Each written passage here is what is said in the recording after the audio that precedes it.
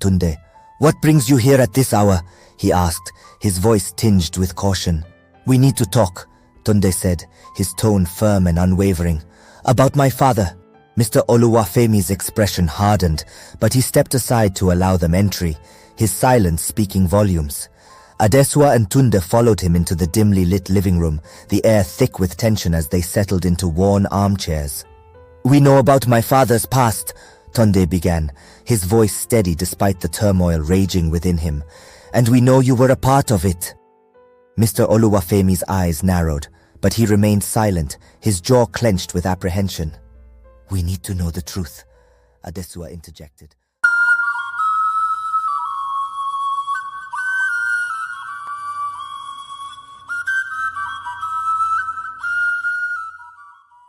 Who Killed My Husband? Episode 2, Unravelling the Past. The sun dipped low on the horizon, casting long shadows across the sprawling estate of Chief Adeyemi. Adesua and Tunde, siblings bound by blood and curiosity, stood before the imposing mansion, their minds buzzing with anticipation. Chief Adeyemi, their late husband and father, had always been a mysterious figure, his past shrouded in secrecy. But now, armed with a key that had been hidden away for decades, they were determined to unlock the truth. Adesua's fingers trembled slightly as she reached for the letter, its yellowed pages crackling with age. "To my beloved wife and children," it began, the elegant script flowing across the parchment.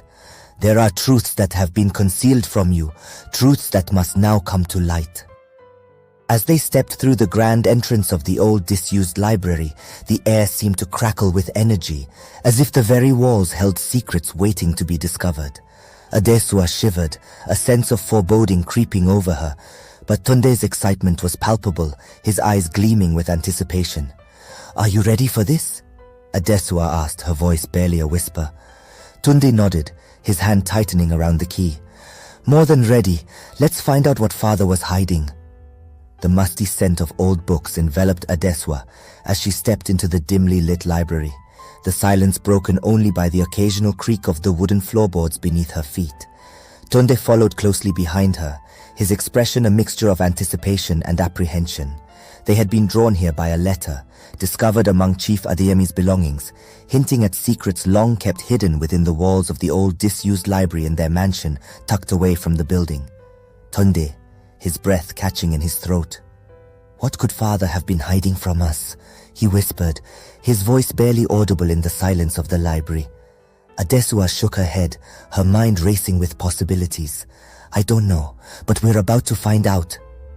With determined steps, she made her way to the nearest bookshelf, her fingers trailing along the spines of the ancient tomes that lined its shelves. Each volume seemed to hold a piece of the puzzle, waiting to be discovered. With determined strides, they ventured deeper into the library, the floorboards creaking beneath their feet. Every room they entered seemed frozen in time, filled with relics of a bygone era. But it was the study, tucked away in the far corner of the library, that drew them in like a magnet. As they pushed open the heavy oak door, a gust of stale air washed over them, carrying with it the scent of old books and forgotten memories. Adesua's heart hammered in her chest as she scanned the room, her eyes falling on a dusty old desk nestled in the corner. "There," Tunde whispered, pointing to a small drawer that seemed to beckon to them. With trembling hands, Adesua reached for the drawer, her fingers brushing against the cold metal of the lock. With a twist of the key, the drawer slid open, revealing a trove of documents nestled within. They pored over the papers, their eyes widening with each revelation. Birth certificates, marriage licenses, photographs, each piece of evidence painting a picture of Chief Adeyemi's life that was far more complex than they had ever imagined. Adesua's hands trembled as she reached for a weathered journal, its leather cover worn with age. "This belonged to your father," she murmured, her voice barely above a whisper. Tunde nodded, his jaw clenched with determination as he opened the journal, revealing pages filled with Chief Adeyemi's meticulous handwriting. They spent hours poring over the journal, deciphering cryptic passages and piecing together fragments of memories long forgotten. Each revelation sent a shiver down Adesua's spine as she realized the depths of her late husband's secrets. He was involved in politics, Tunde muttered, his brow furrowed in concentration. But this goes deeper than I ever imagined. Adesua nodded, her heart heavy with the weight of the truth they were uncovering. There are mentions here of deals gone wrong, of alliances forged in shadows, she said, her voice trembling with disbelief. I never knew your father was capable of such things. Tunde's jaw tightened as he scanned the pages, his mind racing with the implications of what they had discovered. This can't be true, Adesua whispered, her voice barely audible over the pounding of her heart, but the evidence was irrefutable. Chief Adeyemi had been leading a double life, his true identity hidden behind a web of lies and deception, and at the center of it all was a name that sent shivers down their spines, a name that they had never heard before. Funke Adeyemi, Tunde read aloud, his voice barely above a whisper. Who is she? Adesua shook her head, her mind reeling with disbelief. I don't know, but we need to find out. Meanwhile, in another part of the house, Kemi and Bola pored over old family photographs, their heads bent together in concentration. Look at this one, Kemi exclaimed, holding up a faded picture of a young woman with a striking resemblance to their late father. Who do you think she is? Bola frowned, studying the photograph intently. I'm not sure, but I have a feeling she holds the key to unraveling the mystery.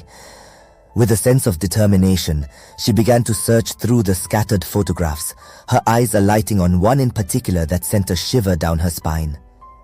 It was a portrait of a young woman, but there was something different about her in this photograph. Her eyes held a haunted look, as if burdened by the weight of secrets too dark to bear. Who is she and what happened to her? Kemi wondered aloud, her voice barely above a whisper. Bola shook her head, her heart heavy with unspoken dread. I don't know, but I intend to find out. With that, she gathered up the photographs and headed towards the library, where Adesua and Tunde were already deep in their search for answers. As the four of them gathered around the table, their eyes met in silent understanding. Whatever secrets lay hidden within the walls of their home, they were determined to uncover them, no matter the cost. Hours passed as they combed through old letters, journals, and newspaper clippings, piecing together fragments of the past in a desperate bid to unlock the truth. Each revelation sent shockwaves through their tightly knit family, shaking the very foundations of everything they thought they knew. Finally, as the first light of sunset began to filter through the curtains, they stumbled upon a discovery that would change everything. Hidden away in a forgotten corner of the library was a box, its contents a treasure trove of long-buried secrets. With trembling hands, they lifted the lid, revealing a collection of documents that painted a chilling portrait of their family's past. There were deeds of land purchased through dubious means, contracts signed in blood, and letters exchanged with shadowy figures whose names sent shivers down their spines. But it was the photograph nestled at the bottom of the box that held the key to unlocking the truth. It was a portrait of the same young woman in the family album, her face hauntingly familiar, yet infinitely sad. As they studied the photograph, a sense of recognition dawned on them, followed by a dawning horror as they realized the implications of what they had uncovered. For the woman in the photograph bore a striking resemblance to their father's sister, who had died under mysterious circumstances many years ago, and yet, according to the documents they had unearthed, she had not died at all, but had instead disappeared without a trace, leaving behind a trail of lies and deception that stretched back decades. As the full extent of their family's secrets began to unfold, Adesua, Tunde, Kemi and Bola found themselves drawn into a web of intrigue and betrayal that threatened to consume them whole. But they were determined to see it through to the end, no matter the cost, for they knew that only by unraveling the past could they hope to find redemption in the present. The following day, as the morning sun cast a ray of light through the library windows, Adesua, Tunde, Kemi and Bola sat in stunned silence, the weight of their discovery settling heavily upon them. The air crackled with tension, each of them grappling with the implications of what they had uncovered. We need to confront Father's past, Adesua said finally, her voice trembling with determination. We owe it to ourselves and to our family's legacy. Tunde nodded, his jaw set in a grim line. But how do we even begin to untangle this mess?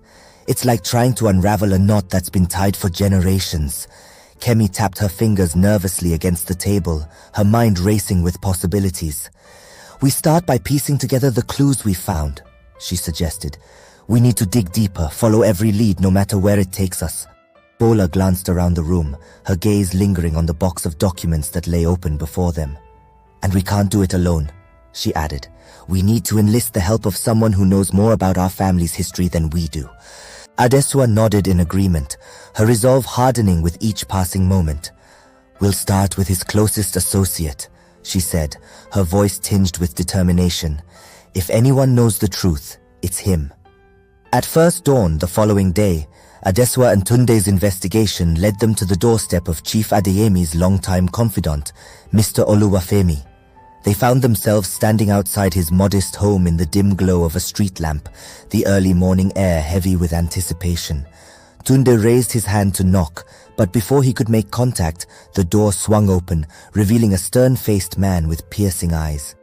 Mr. Olafemi regarded them with a mix of suspicion and curiosity, his gaze flickering between Adesua and Tunde. "What brings you here at this hour?" he asked, his voice tinged with caution. "We need to talk," Tunde said, his tone firm and unwavering. "About my father." Mr. Olafemi's expression hardened, but he stepped aside to allow them entry, his silence speaking volumes. Adesua and Tunde followed him into the dimly lit living room, the air thick with tension as they settled into worn armchairs. "We know about my father's past," Tunde began, his voice steady despite the turmoil raging within him. "And we know you were a part of it." Mr. Olafemi's eyes narrowed, but he remained silent, his jaw clenched with apprehension. "We need to know the truth," Adesua interjected, her voice soft but resolute. "About the deals he made, the people he betrayed. We need to understand what really happened." For a moment, there was only silence as Mr. Olafemi wrestled with his conscience, his gaze fixed on the floor as if searching for the right words. Then finally he spoke. "You don't know the half of it," he said, his voice heavy with regret. "Your father, he was a complicated man.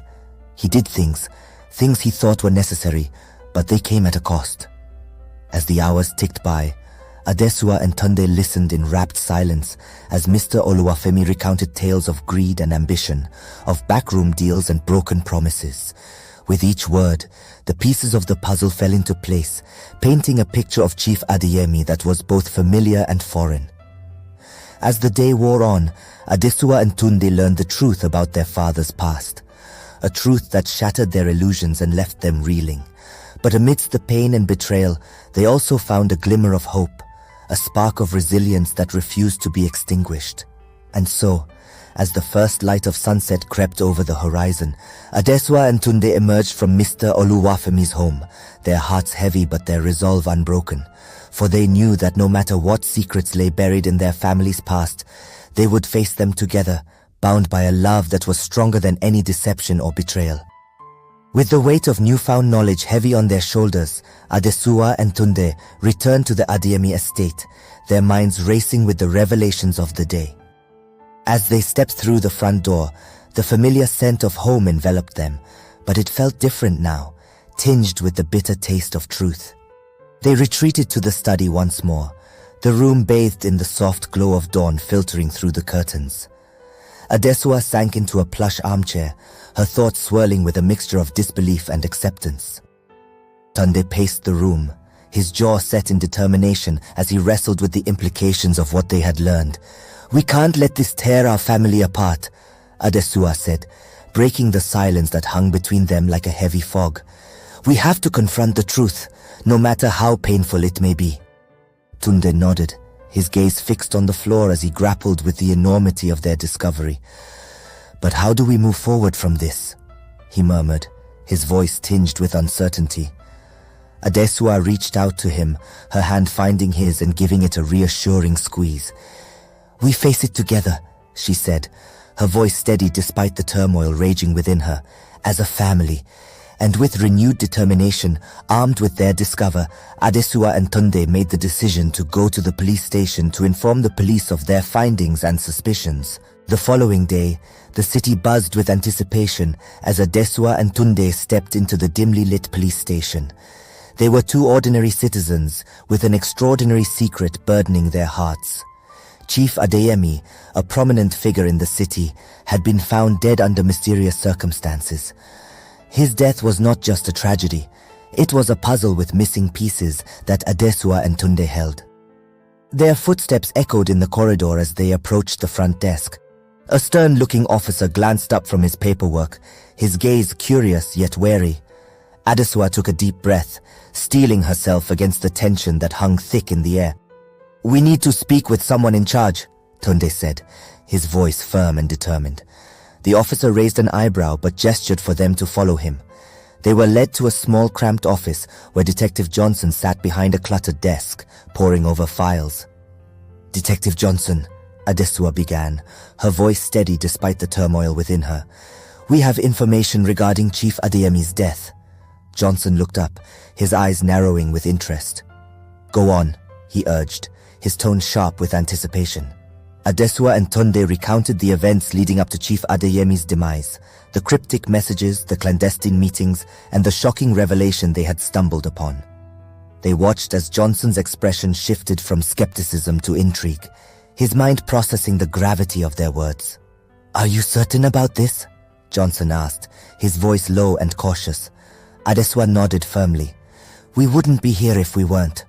With a nod, Johnson rose from his seat, his demeanor businesslike as he signaled for them to follow. "We'll need to investigate this further," he declared, his words a promise of justice yet to be served. The story continues.